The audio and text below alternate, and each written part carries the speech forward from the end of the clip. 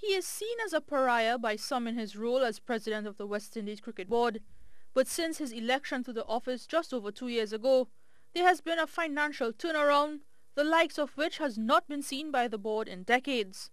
The West Indies cricketing public is accustomed to a level of high performance, starting from the very first World Cup win in 1975 through the 90s. But despite a black hole during the mid-90s and early 2000s, the 6 territorial boards, with their 12 votes, are confident that Cameron has West Indies cricket at heart. For a long, very, very long time, we've had bad performances. So the noise will continue until we get back to the top. And even when we're at the top, we're always going to have challenges because Jamaica wants all of its players playing, Trinidad wants all of its players playing, and Barbados, and so on and so forth. So we understand that. But again, you know, the 6 territories, the 6 shareholders have been saying to us that we're on the right path. They're happy with the franchise system. They like some more resources, but you know, like everything else, over time we'll make that better. 2016 was perhaps the most successful year in West Indies cricket history, with the under-19s, women's and men's teams all winning their respective World Cup titles. Cameron credits this success to all parties involved in West Indies cricket, from the players to WICB office staff, and the close relationship between the WICB and WIPA. I think we've been very, very lucky to have had a leader in Wavell Hines, because without him we would not have the stability we've had in the last couple of years to be able to put the programs in place to achieve 3 world titles and get back to some sort of profitability. We expect this year to actually be a better year, but next year is a very challenging one, and so we have a 4-year rolling cycle which ends next year. And so if we can actually come out of next year with a reasonable surplus, then we would have completed a cycle very, very well. And then the next 4 years looks quite good.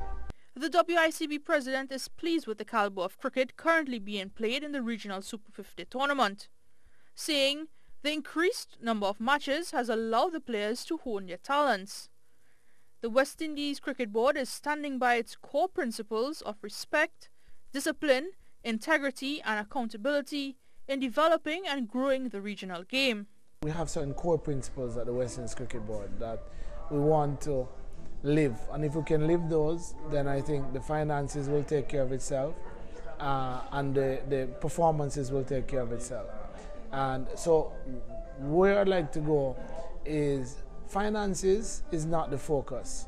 The focus is around performance. Focus around building something that is representative of us as a region.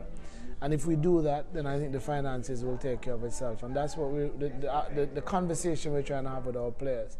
You know, our core values are respect, discipline, integrity, accountability.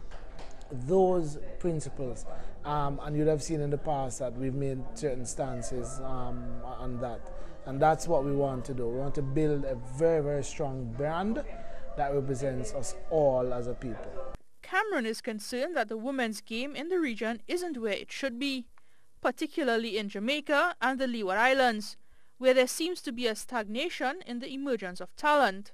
We want to focus on females and, of course, children in making West Indies product very, very strong. So we have some programs. Funding is always a challenge, but we stopped talking about we don't have the resources. We know we have to do it, and we believe that the women's program is going to be very, very strong in the next couple of years. No other entity in the Caribbean has the foundation and following that West Indies cricket has, and both Cameron and the WICB are hoping to capitalize on this. Our outlook is simple. We intend to make this a world-class product. We think we're close. We think if we live the values I just stated, diversity, accountability, integrity, respect, discipline, then I think we're going to be a very, very successful brand. Cameron explained the intentions for the future of West Indies cricket. And so our next, where we go as West Indies cricket now, is how do we get our players, that's a big deal for us, how do we get our players on the same path? And not just current players, but future players, former players, and current players. And so the new CEO has come in. His job, his major task is to create a partnership program that will ensure that as players come through West Indies cricket, they understand that it's a privilege to represent this great institution and that they cherish it for as long as they live. And the West Indies Cricket Board should likewise treat them with the respect and honor that they deserve as representatives of this great institution. Naasira Mohammed, C Sports.